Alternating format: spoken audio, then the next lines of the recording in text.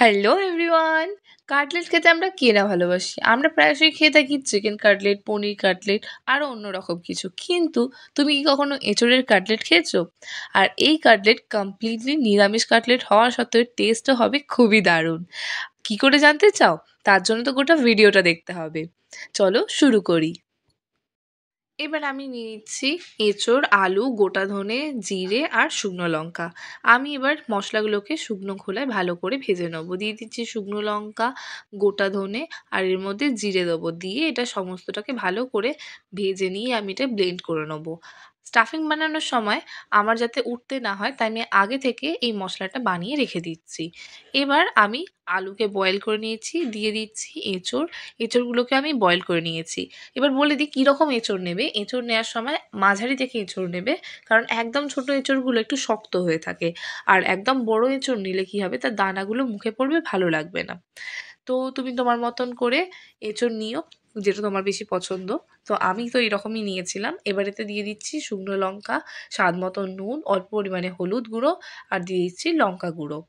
লঙ্কাটা একটু বুঝে দিও, কারণ অলরেডি লঙ্কা কুচি আমরা কিন্তু দিয়েছি। আর যে ভেজে গুঁড়িয়ে রাখা মশলাটা সেটা আমি এর মধ্যে দিয়ে দিলাম। এবার এতে দিয়ে দেবো অল্প পরিমাণে গরম।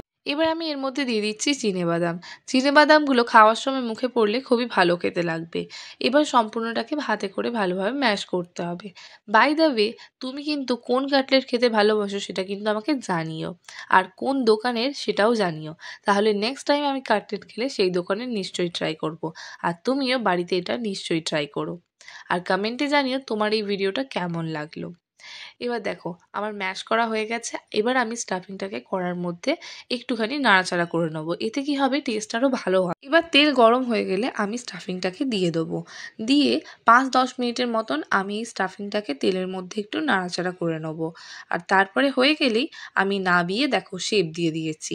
এবার আমি নিয়েছি কর্নফ্লাওয়ার, দিয়ে দেবো স্বাদ মতো নুন, দিয়ে দিচ্ছি অল্প পরিমাণে গোলমরিচ। দিয়ে আমি এর মধ্যে দিয়ে দেবো জল। এবার ভালো করে আমাকে ফোক দিয়ে এটাকে নাড়াচাড়া করতে হবে। নাড়াচাড়া করলেই দেখবো আমাদের কি সুন্দর ব্যাটার হয়ে গেছে। দেখো এই রকমভাবে ধীরে ধীরে মিক্স করো। Batter ready. এবার এর মধ্যে আমি দিয়ে দিচ্ছি আমাদের স্টাফিংটা দিয়ে আমি ব্রেড ক্রাম্বসের মধ্যে এটাকে কোট করে নেবো।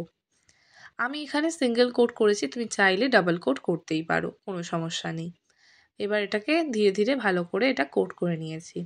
আর চাইলে অনেকে ব্রেডের সাইডে যে অংশটা থাকে সেটা দিয়েও তোমরা করতে পারো। আমি এখানে ব্রেড ক্রাম্বসও দিয়েছি কিছুটা, ওই রকম ব্রেডের সাইডের যে অংশটা সেটাকে দিয়েও বানিয়েছি। দেখো কোটিং করা হয়ে গেছে। এবার এগুলোকে ভেজে নেওয়ার পালা। ভালো করে তেল গরম হয়ে গেলে আমি এগুলোকে দিয়ে দেবো।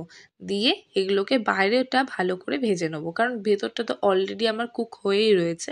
আমি ওটা আগে থেকে করে রেখেছি, তাই ভাজার সময় আমার বেশি সময় লাগবে না। এবার ভালো করে ধৈর্য ধরে উপর দিকটা ক্রিস্পি হয়ে গেলেই আমাকে এটা নামিয়ে নিতে হবে। এবার ভাজার জন্য আমি ওয়েট করছি। দেখো এইরকমভাবে ভালো করে গোল্ডেন করে ভেজে নিতে হবে। এটা ডিপ ফ্রাই করলে সত্যি খুবই ভালো হয়, কারণ ডিপ ফ্রাই করা রান্নাগুলো কি সুন্দর ক্রাঞ্চি আর ক্রিস্পি হয়। অবশ্য এভরিডে ডিপ ফ্রাই করা রান্না কিন্তু খাওয়া উচিত নয়, নয়তো শরীর খারাপ করে যাবে। এবার কাটলেটগুলোকে ডিপ ফ্রাই করা হয়ে গেছে, তাই একে একে আমি এগুলোকে তেল থেকে তুলে নেবো। বাই দ্য ওয়ে, জানো তো কাটলেট এসছে ফ্রেঞ্চ ওয়ার্ড কোটলেট থেকে।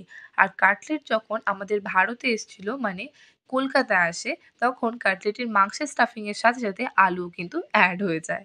দেখো কি সুন্দর ক্রিস্পি হয়েছে কাটলেটটা। এবার আমি তোমাকে এটা ভেঙে দেখাচ্ছি। দেখো ভেতরটাও খুব সুন্দর হয়েছে। And it's ready to have it. Enjoy your cutlet. তুমি যদি আমাদের ভিডিও ফেসবুকে দেখে থাকো তাহলে আমাদের ফলো করে দিও, ইউটিউবে দেখলে আমাদের সাবস্ক্রাইব করে দিও। And don't forget to like, comment and share. এতেই তোমার ফোরন। বাই।